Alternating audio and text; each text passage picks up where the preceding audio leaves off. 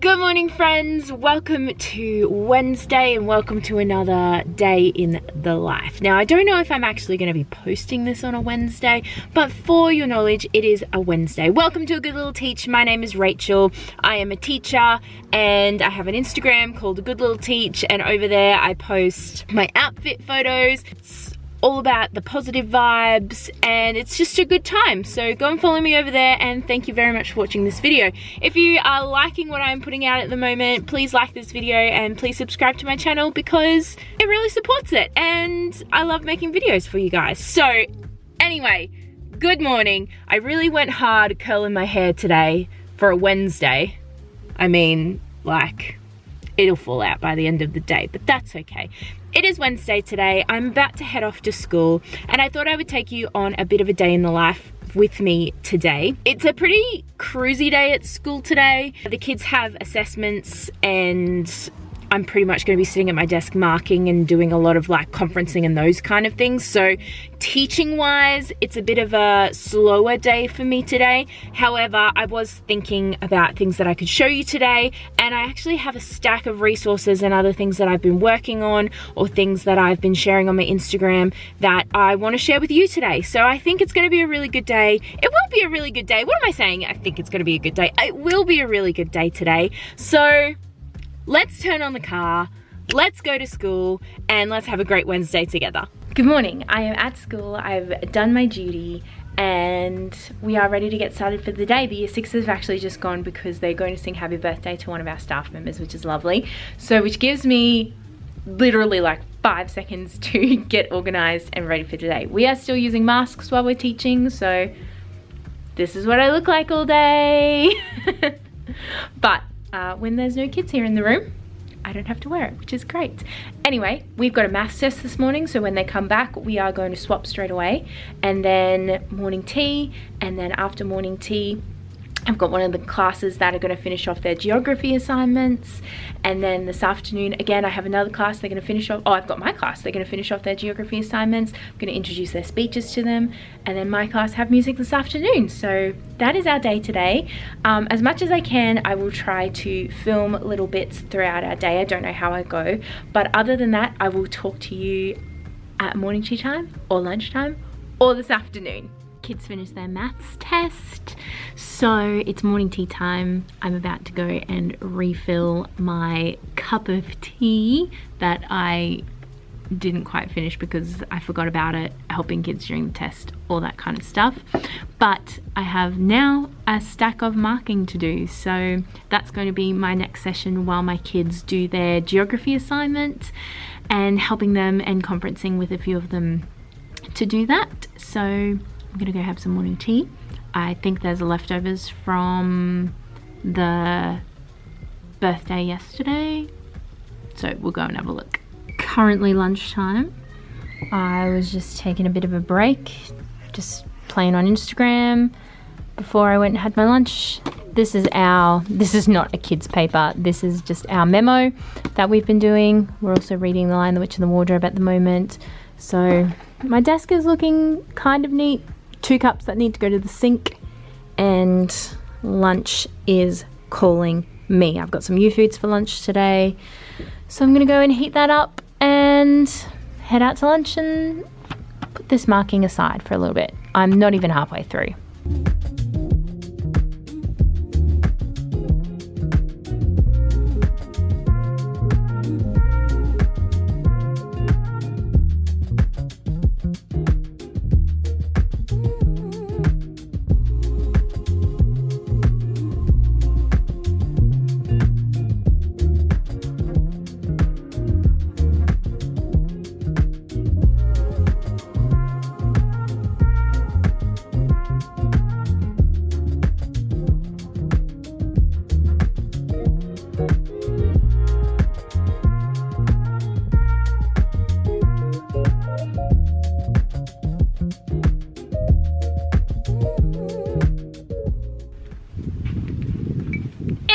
The day and I can finally take this off.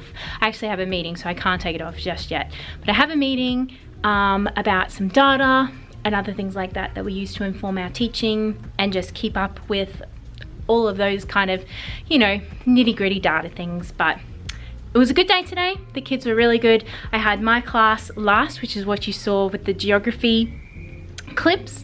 We were actually working on absolute location and how to find absolute location, which is the coordinates, how to use it on Google Earth. And I had the big Google Earth up on my whiteboard, and then they got to find it. And then we did a bit of a research on Mumbai and Beijing. So we're starting to get through all of that work we missed in lockdown, which is really good. Their assignments are in tomorrow, so we are motoring on. Okay, I better go to my meeting. Hello, I am back from the meeting and I feel like I can finally chat to you now and tell you about my day and give you some tips and tricks and other things like that. So the first thing I wanted to really talk to you about was something I shared on my Instagram the other week about what is happening in Afghanistan and just the horrible situation that's really happening over there. So I shared a resource on my Instagram that might really help you to have the conversation with your class or with your students in a constructive way and really develop some empathy or sympathy or just some awareness of what actually is happening in that country in a safe and controlled environment, if that makes sense. So each year we actually read this book called Pavana, and it's by Deborah Ellis, and it is absolutely fantastic. It follows the life of a young Afghan girl whose dad gets taken away by the Taliban, and then she has to become the breadwinner for her family. So she actually, I don't want to give too much away, but has to dress like a boy to be able to go out onto the street and collect money and provide for her family. It's a really, really good thought-provoking book.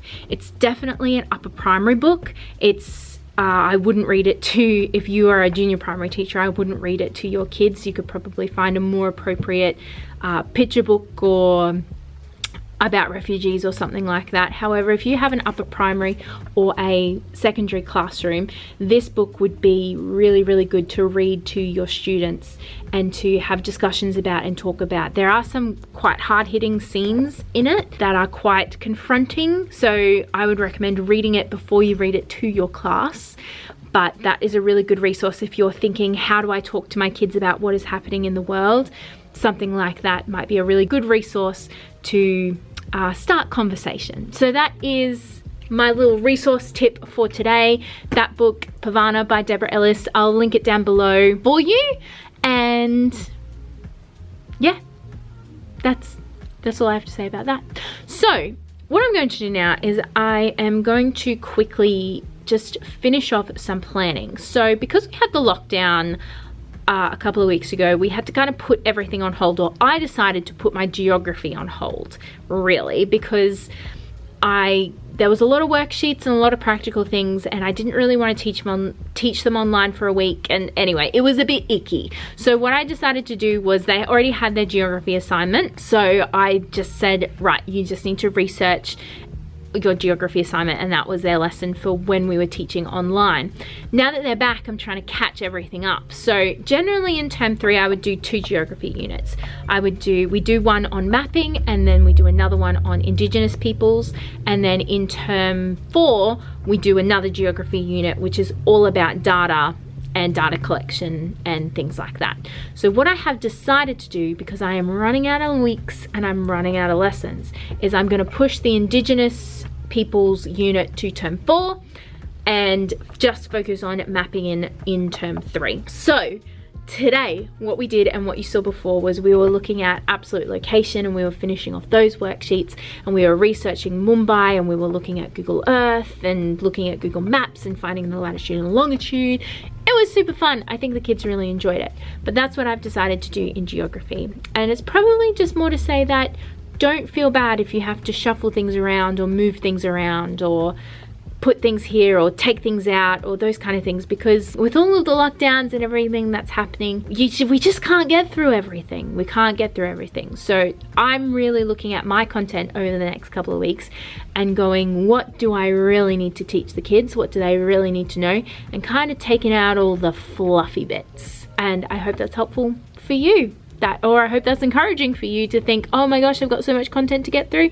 Have a look at the content you've got, take out all the fluffy bits, and just teach what you need to teach, because the kids are you can kind of go deeper in that anyway, which I find the kids are more interested in anyway than all of the fluffy bits. You can go nice and deep and actually get into the real nitty-gritty of a topic. So I'll show you as well, this is the geography book that I've been pulling a lot of our Blackline Masters from, a lot of the worksheets that we use. I find it really good. They kind of center on a topic, and there's 3 worksheets per topic. I do a lot of group works as well, which is fantastic, and the kids really like that. So yeah, this is a really good book from, I think this is from RIC Publications.